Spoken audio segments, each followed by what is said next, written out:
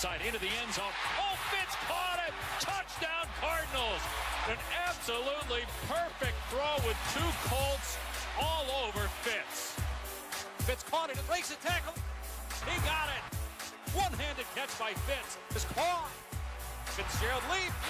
Fitzgerald. Fitzgerald money going deep. Fitz is there. He caught it. Hook down. I still feel like I have a lot of good football left in me. So clutch. Our next guest is in his 12th season with the Cardinals and holds the franchise record for receptions, receiving yards, and touchdowns. Please welcome 8-time Pro Bowler Larry Fitzgerald, who is here on behalf of Visa Checkout. Larry, thank you so much for being with us. Hey, Molly, how are you today? Excellent. All right, let's get into it. You tweeted this after Sunday's win against the Browns. Sloppy first half, but we showed resolve in the second. Nice to go into the bye week 6-2. Now we'll rest up and get ready for the stretch run. So, Larry, how far can you guys go in that stretch run? You know, hopefully we could take it all the way to the top. You know, love to get to San Francisco, but, you know, there's a lot of work to be done prior to that. You know, starting next weekend, Sunday Night Football versus Seattle Seahawks in Seattle. It's going to be a tough challenge for us, but we're up for the challenge.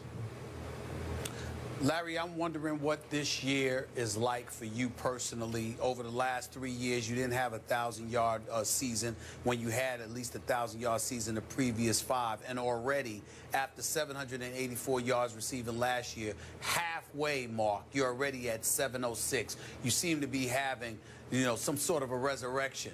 What's been going on, and how good are you feeling about how you've performed this season? Well, Stephen, it's always great to be able to have some personal success, but, you know, at this point in my career, it's all about the team success, to be honest with you. I mean, the personal accolades have done it, you know, but, you know, to be able to have a team that has the opportunity to compete for something that's truly special is what it's all about. Having Carson Palmer back healthy, having Chris Johnson balling out, having John Brown and Michael Floyd doing their thing with me, I mean, it makes it that much more fun. Larry, I got a question I've always wanted to ask you about the way you carry yourself. I think it's fair to say that you are less of a diva than many of the players that play your position in the National Football League, many of the other star receivers. Why is that? Give us some insight into that. Skip, I'm just as much as a diva as those other guys. I just mask it a little bit better. I want my touches just like everybody else does, but I never put myself in front of my teammates. I think it's important that as a leader, you always show, you know, that you're willing to watch other guys have success. So when Smoke and John Brown and Chris Johnson makes long runs and other guys have success, I mean, those are my boys. I see them working every single day to have that success, and I really am happy for them. You know, but I still want to get my opportunities too, though. And I realize you have an ego like everybody else, but do you think, Larry, it had something to do with the way you were raised? Skip, honestly, man, my parents did a wonderful job, my dad and my mother. You know, I'm truly a product of great parenting. You know, they made a lot of sacrifices for myself and my brother to go to good schools, and they always provided great mentorship for me. And, you know, I definitely would tip my hat to my parents, Skip. I appreciate you acknowledging them. You got it. Absolutely. Absolutely. We can't help but acknowledge your dad, how wonderful he's been to all of us in this business. But let me get back to you. You know, just looking at, I remember, and I'll share this with Skip and Molly, the last time that I saw you in person play, I was at a game at MetLife Stadium, December 2nd, 2012. And the reason why I bring that up, Larry Fitzgerald, is because it is the most horrific experience that I've ever had as a reporter covering a football game. The quarterback was Ryan Lindley. No disrespect, but he is somebody that I felt should have been banned from ever quarterbacking again. He went like 10 for 31 for like 72 yards. I counted at least 5 times when you were open, and they couldn't find you. And it was just so bad that I thought that you might contemplate retiring at the end of that season. I want to know what has inspired you to continue going, to get to this point where you're able to have the kind of season that you're having, because considering Arizona's struggles with finding a quarterback, you know, with the exception of Carson Palmer, of course, because now he's healthy. I'm wondering, what did it take for you to get to this point where you stuck around this long? Because, damn it, I wanted to quit for you after that experience. Hey, Stevie, you said I wanted to retire after the season. I wanted to retire after that game. No, honestly, when you have a quarterback that is as talented as Carson, he means as much to us as Tom Brady means to the New England Patriots, as much as Cam Newton means to the Carolina Panthers, as much as Aaron Rodgers means to the Green Bay Packers. That's what Carson Palmer means to us. And as far as Carson takes us, as far as we're going to go, we understand that. We know that we have to keep him healthy and protect him and make our plays for him. And he's gonna makes everybody successful because he's just that talented, and we understand that.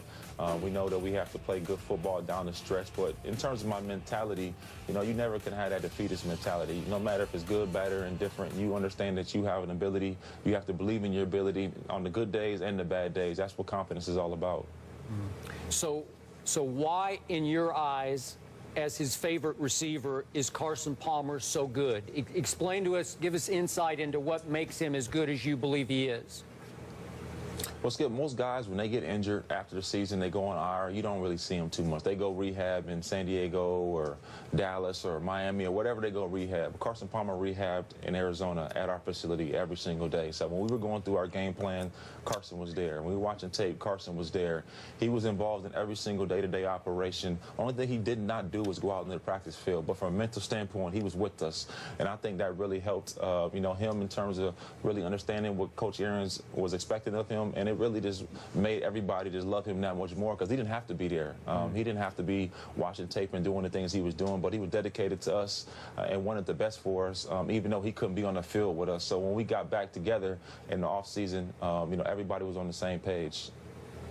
Larry, I want to transition real quick to a defense that's ranked 5th against the pass. It's a top 10 defense. We've heard the names, Calais Campbell, Patrick Peterson and the crew, Powers and others. But I got to give some love to Tyrann Mathieu, the Honey Badger, because I got to tell you, he's second on the team in tackles. We all know about his checkered pass at LSU.